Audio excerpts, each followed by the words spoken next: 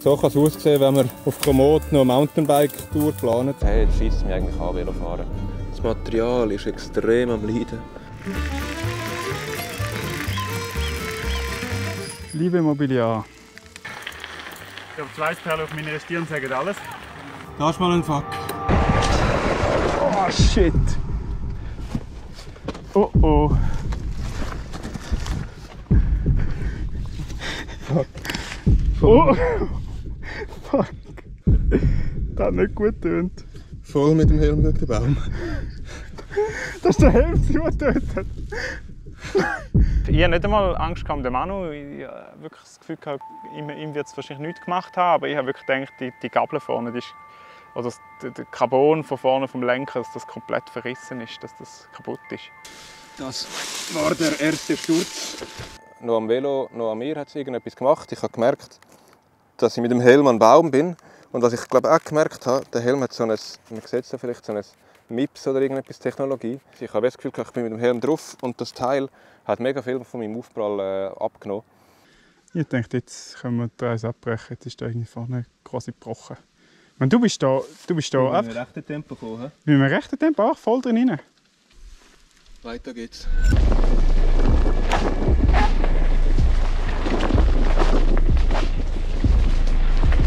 Das ist gut für die Gepäcktaschen. Da hatte ich noch mal Glück gehabt. Neben gefährlichen Bäumen kämpfen wir in der Po-Ebene auch mit schlechten Strassen und einer Planungs-App, die uns chaotisch im Zeug rumlotst. Ja, so kann es aussehen, wenn man auf Komoot noch eine Mountainbike-Tour plant. Hier am Flachland. Kehren wir wieder auf die Straße. Ja, ich glaube, wir gehen wieder zurück. Das hat keinen Sinn. Wege, wo wahrscheinlich seit Jahren niemand mehr durchgelaufen ist. Und verbuscht und alles. Darum haben wir jetzt einmal alles schnell auf Roadbike umgestellt. Und dann sollten wir uns eigentlich auf einigermaßen befestigten Straßen da durchführen. Auf anständigen Strassen geht es schneller in Richtung Süden. Geht das Mountainbike-Paradies ist die Po-Ebene aber nicht. Erzähl mal ein bisschen zu der heutigen Etappe. Da gibt es nicht sehr viel zu erzählen. Es ist einfach von Provinzdorf zu Provinzdorf mit einer geraden Strecke verbunden. Etwa so. Boah, ein Äpfelmanu. Zum Glück gibt es in Italien überall Märkte. Da gibt es am Morgen frische Früchte, so dass wir später nicht in ein Hungerloch fliegen.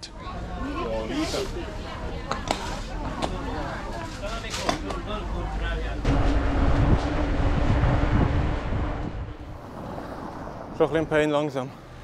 Ja, vor allem es ist absolut tote Hose. Alle machen Siesta, außer mir. Dort war so ein Moment, wo du gedacht hast, hey, jetzt scheisst es mich eigentlich an, Velofahren. Weil du fährst und fährst, bist am Trampen und es geht noch ewig, hast du das Gefühl. Und ich habe wahrscheinlich gefühlt alle Kilometer habe ich auf die Uhr geschaut, wie viel verbleibende Distanz das wir noch haben. Und die Distanz ist und ist nicht runtergegangen, wenn es nur 15 oder 20 Kilometer waren. Was wir schon locker einfach schnell machen, ist dort so in dieser Hitze und so nicht so cool gewesen. Morozzo! Marozzo! Ich könnt Cozzo! Die Uhr zeigt noch 400 Meter an. Nicht nur wir, auch das Material leidet unter diesen Strapazen. Am nächsten Morgen bringen wir alles in Ordnung. Das Material ist extrem am Leiden, weil der Sack hinten dran ständig auf die Veloreifen abgetatscht. Gibt es jetzt ein bisschen Pflege in Form von so Pads, die eigentlich für den Veloschlauch gedacht sind. Mal schauen, wie man das hebt. Das Velo ist gerüstet für die letzten Kilometer ans Meer. Nach Morozzo wird es wieder hügeliger. Wir haben die Ligurischen Alpen erreicht. Es ist natürlich auch noch mal eine Challenge angestanden. Pizza essen während dem Fahren ist der Deal. Während ich meine Pizza am Resti verdrucke, dürfte Marius das Ganze während der Fahrt machen. Ich genieße meine Pizza jetzt so am Tisch. Hure langweilig. Pizzagang ist drin. Feine Margarita geniessen. Und geht's gut? Hey, voll. Sogar noch sehr fein. Auch noch ein bisschen warm. Ja. Ja. Etwa 30 Grad, würde ich sagen. Willst du auch ein Stück? Wenn wir das irgendwie gut anmachen können, das war wirklich eine lustige Challenge. Das war glaube die lustigste, die wir jetzt gemacht haben. Heute ist es endlich soweit. Die 9. und letzte Etappe. Ja, heute ist ein geiler Tag. Das Wetter stimmt. Noch angenehm kühl. Jetzt geht es noch mal ein bisschen auf, 600 Höhenmeter. Ich glaube, wir können einfach noch den Power-Mode rein tun. Vollgas, Pizzastufe. Ja, es ist einfach jetzt noch schnell ein Ausfahren irgendwie.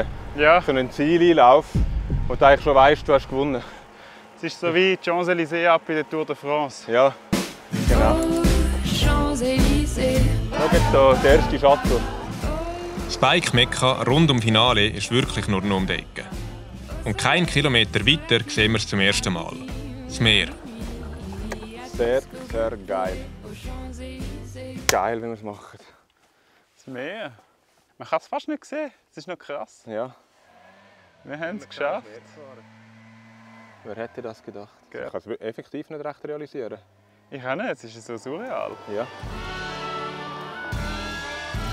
Willkommen zu Senato Base.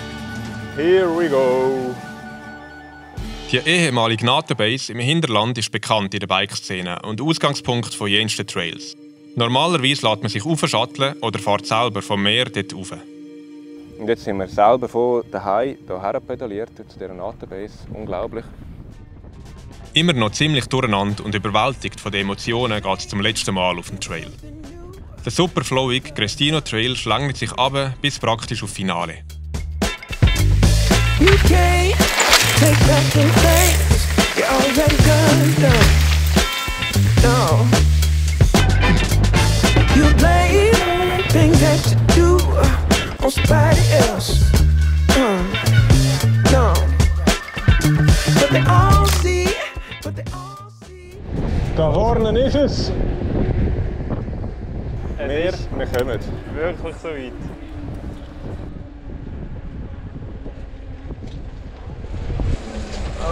Yes! Sehr geil! Meer! Endlich! Maru, Manu! Geile Komm. Sache! schön gewesen. Wuhu! Haben es tatsächlich geschafft. Ist brutal geil. Ich kann es nicht realisieren. Es ist, dass wir jetzt das effektiv alles so gefahren sind und gemacht haben. So viele Höhenmeter dazwischen. Cool, wirklich. Wir sind dann hier ans Meer gekommen und dann hat uns ehrlich gesagt gerade ein bisschen den Schlag getroffen. Der Strand ist bumsvoll mit Italienern. Man sieht also vor Sonnenschirm sieht man eigentlich den Sand nicht mehr. Also hat uns wirklich gerade ein bisschen abgelöscht.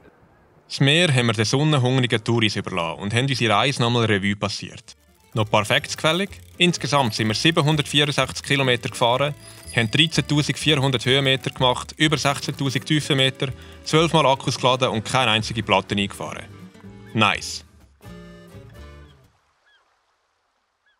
Ja, richtig. Der Grund, wieso wir eigentlich da gefahren sind und unser Velo gebaut haben. Buffo, Joghurt e Nocciola. Du, grazie. Sehr, sehr geile Sache übrigens. Nein, es ist echt ein feines Gelato. Die 600 Kilometer oder 700 Kilometer haben sich total gelohnt für das Klasse. Ja. Findest du auch? Würde ich gleich wieder machen. Ich auch. Sofort.